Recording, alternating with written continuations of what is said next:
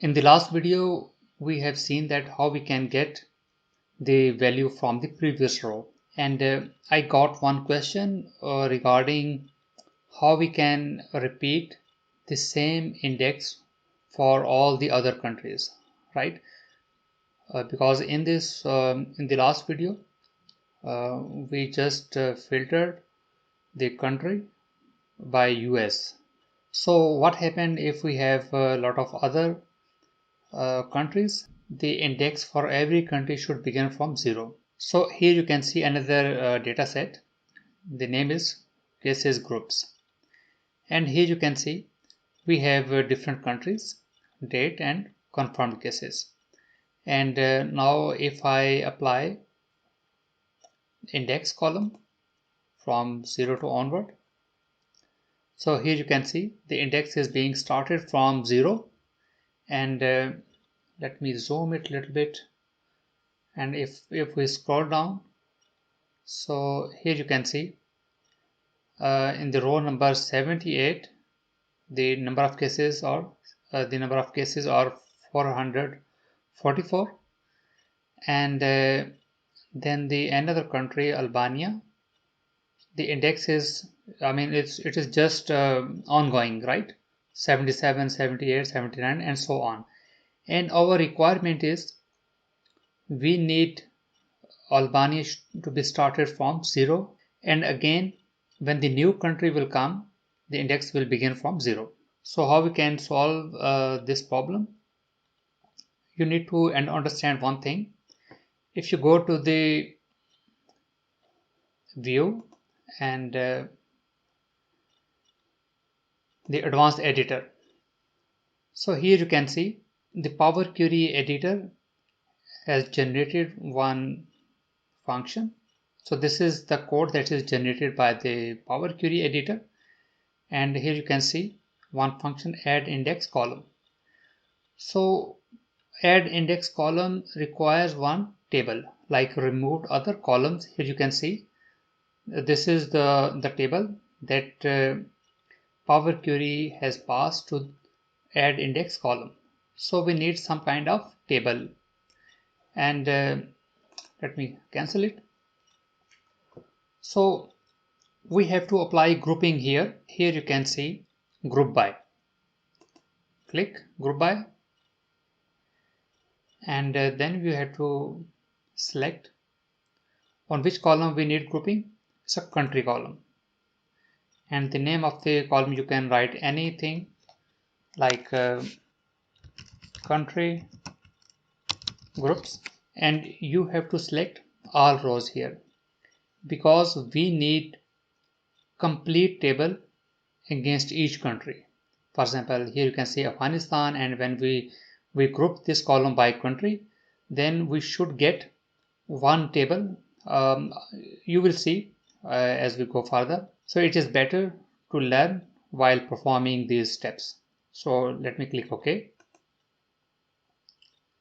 So here you can see against every country we are getting one table which contains these rows: country, dates, confirmed, and index. So previously, if you look here, when we applied added index here, the table that we have provided to the added index was the removed other column. Every step is returning one table, and in the grouped row we are getting with every row we are getting one table.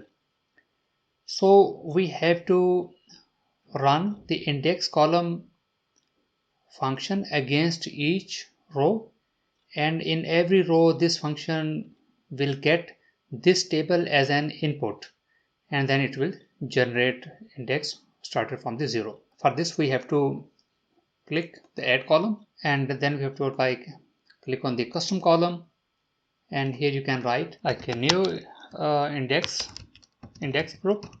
Here we have to use one function, table dot add index.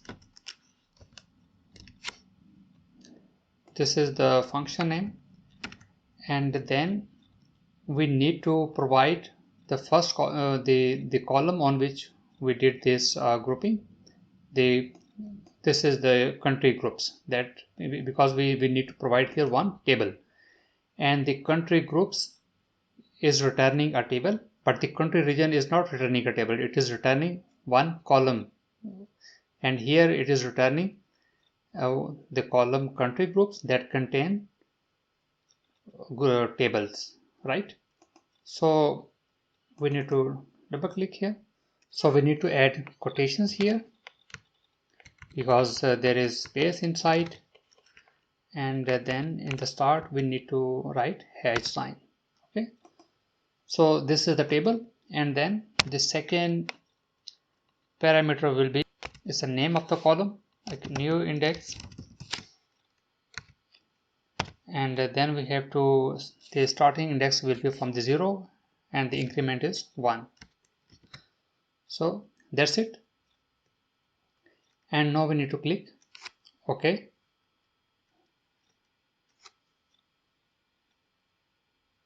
So the table there is some type of problem here, just need to click table, we just need to remove this table. Now it's table dot add index, it's fine, click OK. So here you can see we are again getting one table, and for the Afghanistan the new index is started from 0. Here you can see it is started from the 0, and in the same in Albania it is again started from the 0.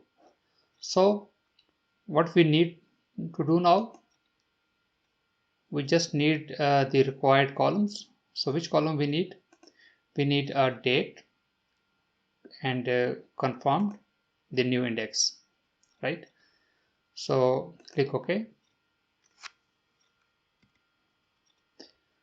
and we don't need this column, we just need to remove. And here we have country, a date, confirmed cases, and the new index, right? So here you can see in the Afghanistan the new index is started from the 0, and if we go down the Albania, is again the new index started from the 0, and so on. Let's check one more.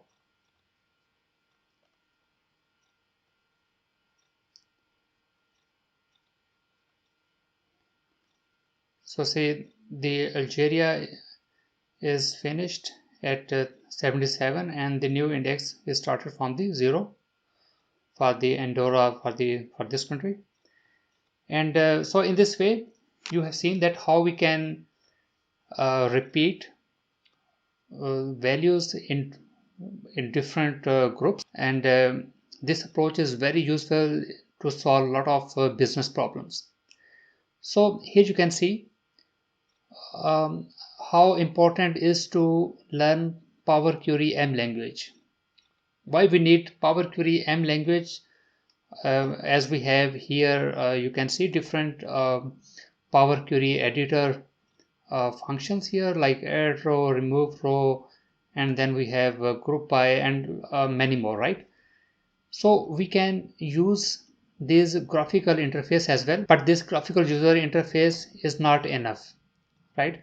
Sometimes we need out of the box functionality that is only possible if you are good in Power Query M language.